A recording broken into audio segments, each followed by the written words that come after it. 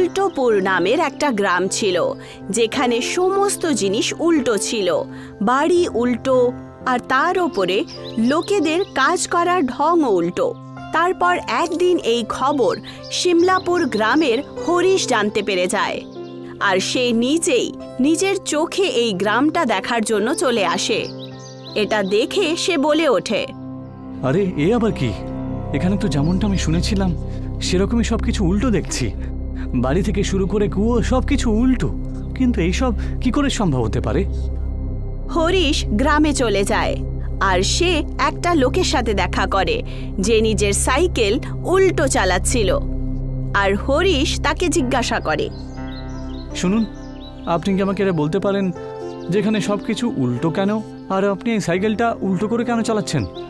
সেটা তো আমি জানি না, তবে যবে থেকে আমি এই গ্রামে আসি সেদিন থেকে সবকিছু এইভাবেই তো চলছে। কিন্তু তুমি এই কথাটা গ্রামের প্রধানকে জিজ্ঞাসা করতে পারো, উনি নিশ্চয়ই এই ব্যাপারে কিছু জানবেন। আর ওনাকে আমি কোথায় পাবো? গ্রামে একটা অনেক বড় গাছ রয়েছে, এটা গ্রামে একটা সোজা গাছ রয়েছে। আপনাকে অসংখ্য ধন্যবাদ।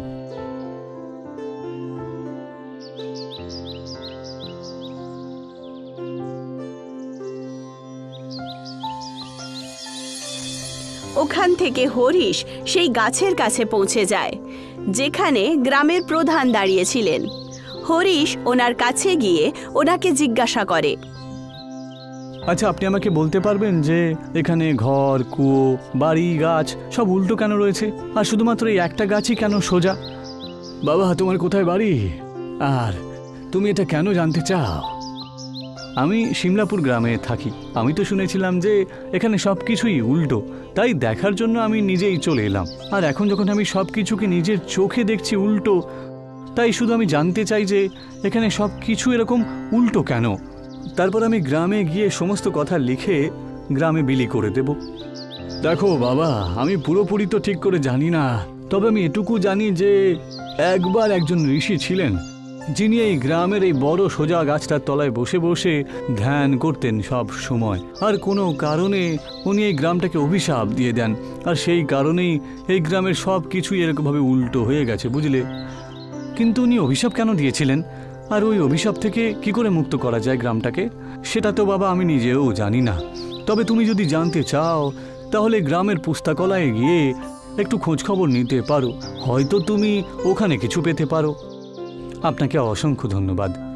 ওখান থেকে হরিশ গ্রামের পুস্তকালয়ে যায়।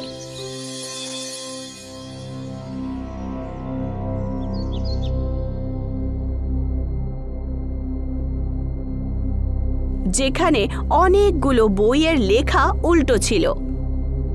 এখানকার বইয়ে তো লেখাগুলো উল্টো দেখছি, এগুলো পড়া খুব কঠিন। হরিশ বইগুলো পড়ার চেষ্টা করে, আর তক্ষুনি একটা বইয়ের ওপর তার চোখ পড়ে যেটা বাকি বইগুলো থেকে একটু আলাদা ছিল।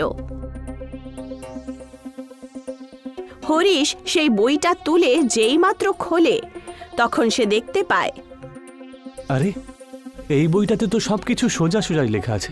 দেখি একবার, হয়তো এর মধ্যে কিছু লেখা থাকবে যেটা থেকে আমি এটা জানতে পারবো যে এই গ্রামের এই অবস্থাটা কেন হয়েছে। হরিশ সেই বইটা পড়তে শুরু করে। তার মধ্যে গ্রামের কাহিনী লেখা ছিল। অনেক বছর আগে একটা সাধু এই গ্রামে চলে এসেছিলেন আর বড় গাছের তলায় বসে যান। সেই সময় গ্রামের নাম সিধাপুর ছিল, আর সাধু বাবা গ্রামবাসীদেরকে সঠিক কথা শেখাতেন। একদিন সাধু বাবা গ্রামবাসীদেরকে একত্রিত করেন আর তাদেরকে সূচনা দেন। গ্রামবাসীরা, আমি আপনাদের সকলকে এখানে এই জন্য জড়ো করেছি যাতে আপনাদের সবাইকে গ্রামে যে শিকারগুলো হচ্ছে তার ব্যাপারে জানাতে পারি।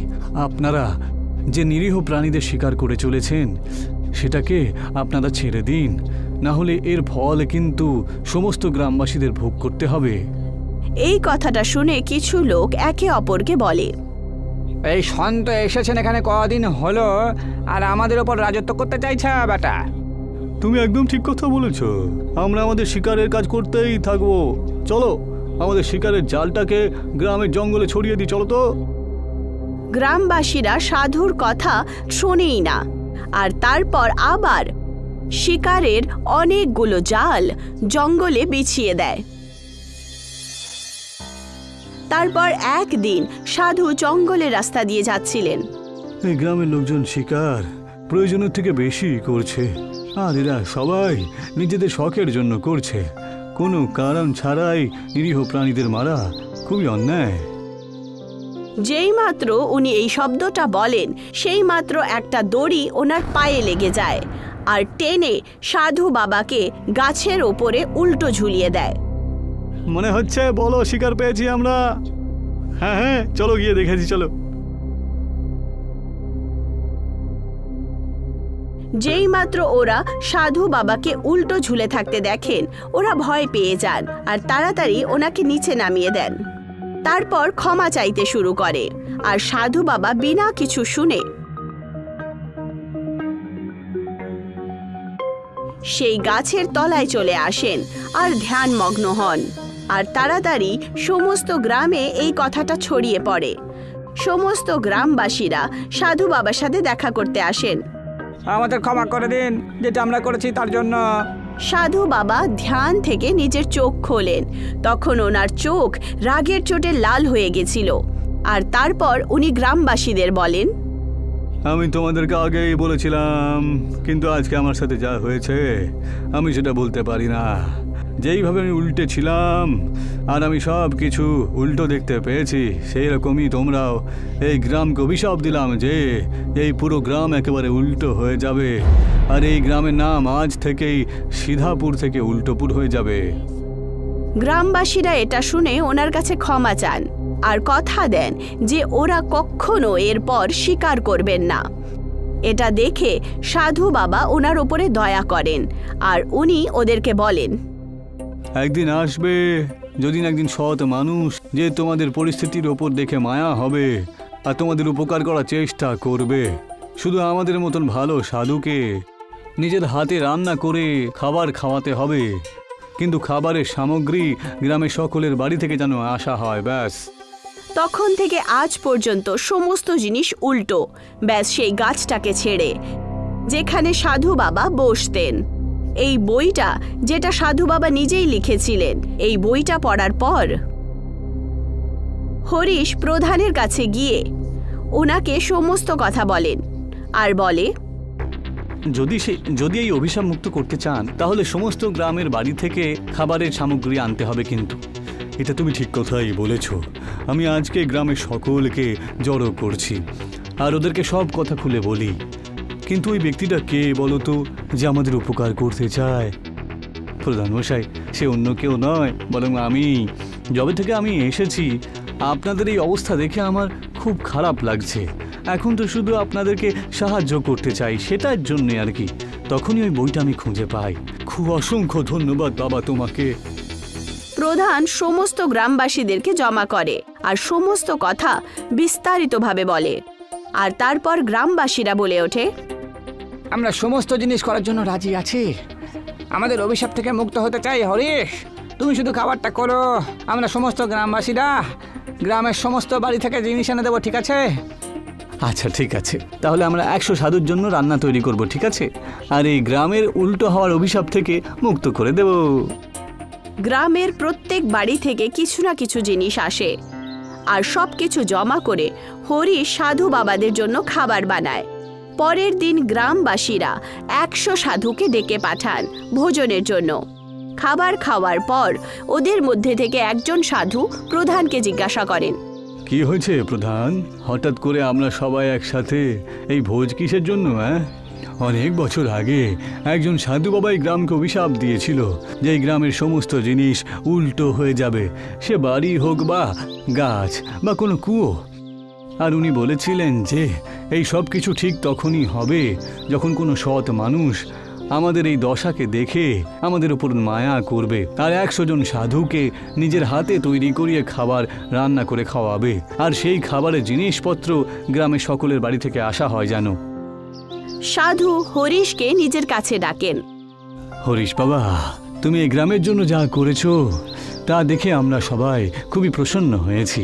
এই গ্রাম যদি এই অভিশাপ থেকে মুক্ত হয়ে যায় তাহলে তার কৃতিত্ব শুধু তোমাকেই দেওয়া উচিত। দেখুন সাধু বাবা, এটা তো আমার দায়িত্ব ছিল যে আমি লোকজনের জন্য ভালো কিছু করি। খুব ভালো থাকো তুমি সারা জীবন। এটা বলে সমস্ত সাধু গ্রামবাসীদেরকে আশীর্বাদ দেন আর নিজের রাস্তায় বেরিয়ে পড়েন। আর তারপর পরের দিন সকালে যখন সূর্যোদয় হয় তখন সমস্ত জিনিস একেবারে সোজা হয়ে যায়। গ্রামের প্রত্যেকটা বাড়ি সব সোজা হয়ে ওঠে। এটা দেখে গ্রামবাসীরা খুব খুশি হয় আর প্রধান বাবু সমস্ত গ্রামবাসীদেরকে একসাথে একত্রিত করেন। হরিশ বাবা, তোমার এই উপকার কখনো ভুলবো না আমরা। যা তুমি আমাদের জন্য করেছো আর কেউ কখনো করবেই না, তার কোনো দরকার নেই প্রধান মশাই। আপনি শুধু গ্রামের লোকজনকে বলবেন আগের মতন ভুল যেন আর ওরা কখনো না করে। হ্যাঁ, তা তুমি ঠিক কথাই বলেছ। তক্ষুনি প্রধান সমস্ত গ্রামবাসীদেরকে বলেন, এই গ্রামের আজকে পর থেকে কোনো প্রাণী শিকার কেউ করবে না, আর যদি কেউ কোনো শিকার করতে গিয়ে ধরা পড়ে তাহলে তাকে গ্রাম থেকে বের করে দেওয়া হবে। হ্যাঁ হ্যাঁ, আমরা কখনো নিরীহ প্রাণীদের শিকার করব না। আর সেই সময় প্রধান গ্রামের নাম আবার সিধাপুর রেখে দেন আর গ্রামের সমস্ত লোকেরা এখন নিজের সোজা গ্রামে ভালোভাবে বাঁচে।